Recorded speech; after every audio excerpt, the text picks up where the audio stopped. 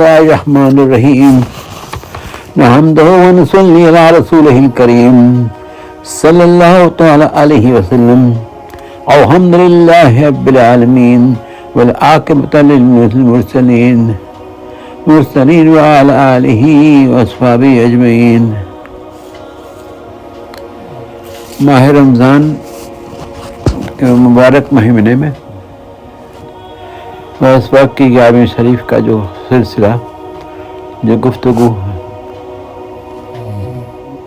یہ کئی وقت سے اپنے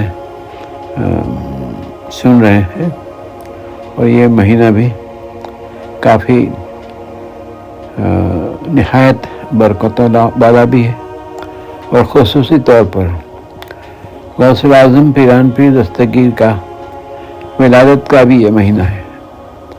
پہلا ہی چاند آپ کی ولادت سے اس مہینے کی ابتدا ہوتی ہے۔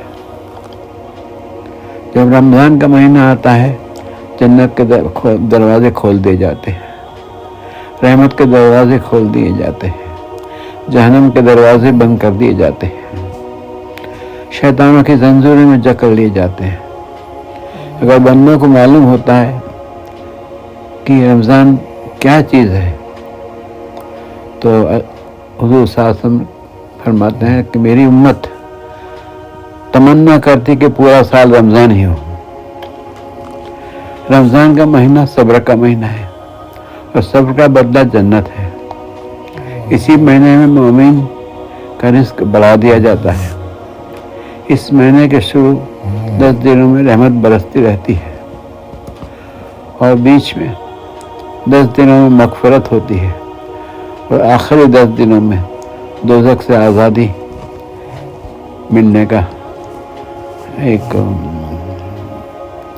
ذریعہ ہے۔ ہر چیز کے لیے زکوٰۃ، اور بدن کے لیے زکوٰۃ روزہ ہے۔ روزہ ڈھال ہے تو جہنم کی آگ سے بچنے کے لیے مضبوط قلعہ ہے۔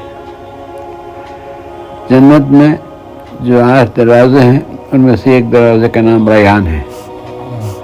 اس دروازے سے وہی جائے گا جو روزہ رکھتا ہے۔ روزہ رکھنا لازم بھی ہے، اور اس کے برابر کوئی عمل نہیں ہے۔ اس مہینوں میں نیکی کا کام کرنا دوسرے کسی بھی مہینے میں فرض ادا کرنے سے دگنا ثواب ملتا ہے۔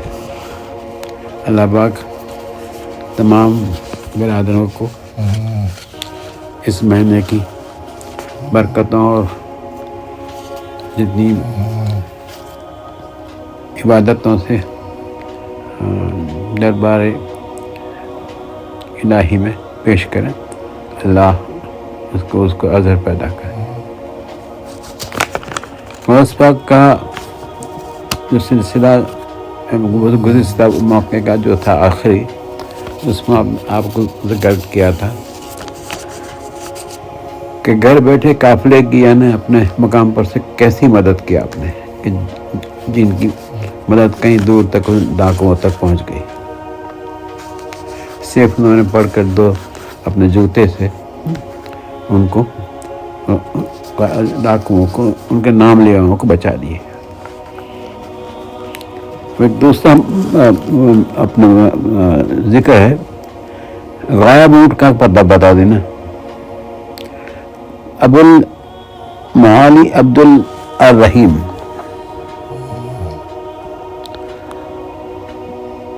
بن مظفر بن مہذب کرسی بیان کرتے ہیں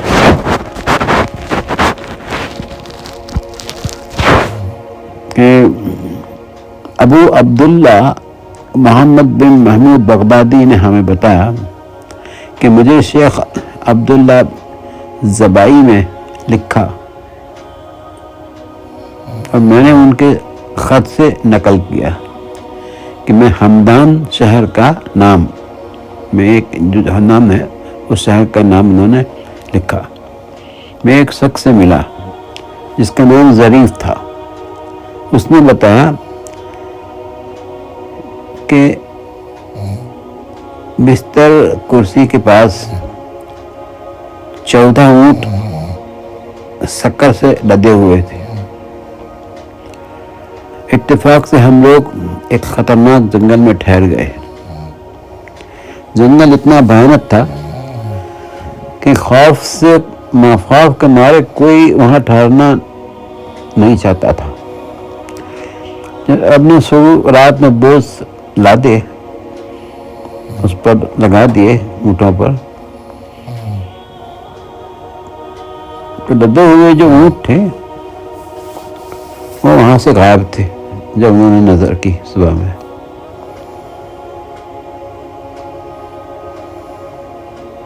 جب ہم نے شروع رات میں بوجھ لادے تو 4 لدے ہوئے اونٹوں کو غائب پایا. بہت تلاش کیا مگر اونٹ نہ ملتے تھے، نہ ملے. آخرکار قافلہ چلا گیا اور میں انہی کی تلاش میں پیچھے رہ گیا. پوری رات اونٹوں کا ڈھونڈنا اور یہ سب نہ ملنے پر یہاں تک کہ سویرا ہو گیا. ہم لوگ مایوس بیٹھے تھے. اچانک خیال آیا کہ شیخ عبد القادر جیلانی رضی اللہ تعالیٰ نے فرمایا تھا کہ جب کوئی مصیبت میں پھنس جائے اور ایسے موقع پر مجھے یاد کر لے تو مدد کے لیے پکارے تو اس کی پریشانی انشاءاللہ دور ہو جائے گی.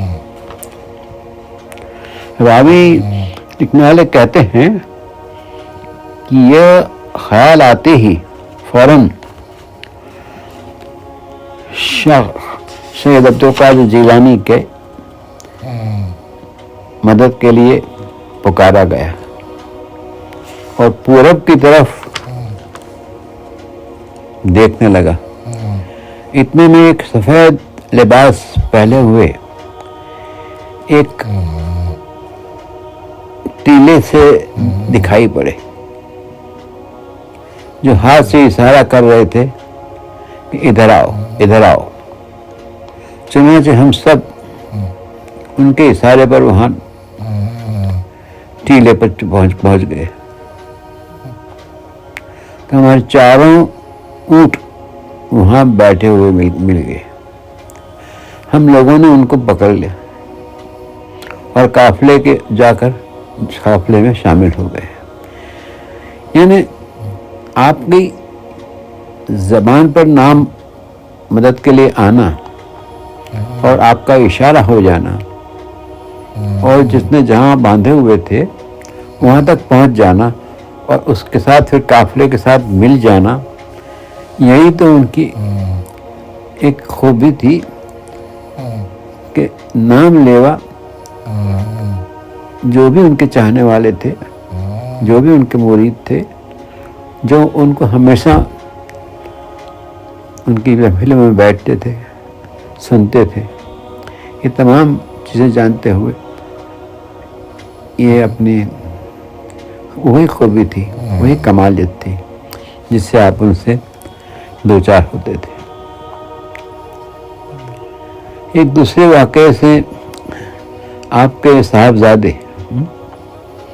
بیٹے عبدالرزاق رحمۃ اللہ علیہ بیان کرتے ہیں کہ جب میرے والد غوث پاک مشہور ہو گئے تو انہوں نے اس کے بعد صرف ایک بار حج فرمایا. اس آخری حج میں آپ کے گھوڑے کی باغ یعنی جو نقل ہوتی ہے، لگام ہوتی ہے، پکڑے ہوئے تھا. جب ہم حلا، ایک مقام کا نام ہے، حلا پہنچے تو آپ نے فرمایا ان شہر میں سب سے غریب آدمی کا گھر تلاش کرو اور وہیں ٹھہرنا ہے. ہمیں ایک بڑھیا رہتی تھی، ان سے ایک ان کے ساتھ لڑکی بھی تھی. آپ نے بوڑھے سے رات گزارنے کے لیے اجازت مانگی تو اجازت دی اور وہ وہاں پر بیٹھ گئے، ٹھہر گئے. گاؤں کے بڑے لوگوں کو جب معلوم ہوا کہ آپ کی اس چھوٹے سے گاؤں میں آمد ہوئی ہے تو آپ کی خدمت میں آ کر اپنے اپنے گھر پر چلنے کی دعوت دی، لیکن آپ نے انکار کر دیا۔ گاؤں کے مالدار لوگوں نے بہت سی گائیں، بکریاں، سونا، چاندی، تمام سامان آپ کی خدمت میں پیش کیا، جس سے آپ نے اس غریب بوڑھے کو، جس کے یہاں پر آپ نے رات کو سہارا دیا تھا، ان کو بخش دیا اور صبح کی وہاں سے حج کے لیے روانہ ہوئے۔ شیخ عبدالرزاق رحمۃ اللہ علیہ بیان کرتے ہیں کہ کئی سال کے بعد دوبارہ اس گاؤں سے گزرا تو دیکھا ہے کہ بوڑھا پورے گاؤں میں سب سے زیادہ مال اور دولت والا ہے۔ میں نے اس سے مالداری کی وجہ معلوم کی تو اس نے بتایا یہ سب اس رات حضرت غوث اعظم کے ٹھہرنے کی برکت ہے کہ گائیں، بکریاں آپ دیکھ رہے ہیں سب انہی سے جنہیں آپ نے مجھے دے دیا تھا۔ یہ سب دولت، بکریاں، گایوں کو جو آپ نے تقسیم کیا تھا، آپ میرے غریب خانے پر تشریف لانا اور ٹہرنا اس کی برکتوں کا نتیجہ ہے۔ یا غوث الاعظم پیران پیر دستگیر آئندہ 3-4 ماہ آنے والے 11ویں شریف کے گفتگو میں تم حالات، یعنی جو چیزیں آپ نے 500-700 سال کے شان میں سے سنی ہیں، اس کو ہم چاہتے ہیں کہ کوئی 3-4 ہفتوں میں گفتگو میں یہ 100-200 سال کے درمیان کی حقیقتیں اور واقعات گفتگو میں شامل کریں گے۔ انشاءاللہ ضرور اس آنے والی 11ویں شریف پر وہ ابتدا ہوگی۔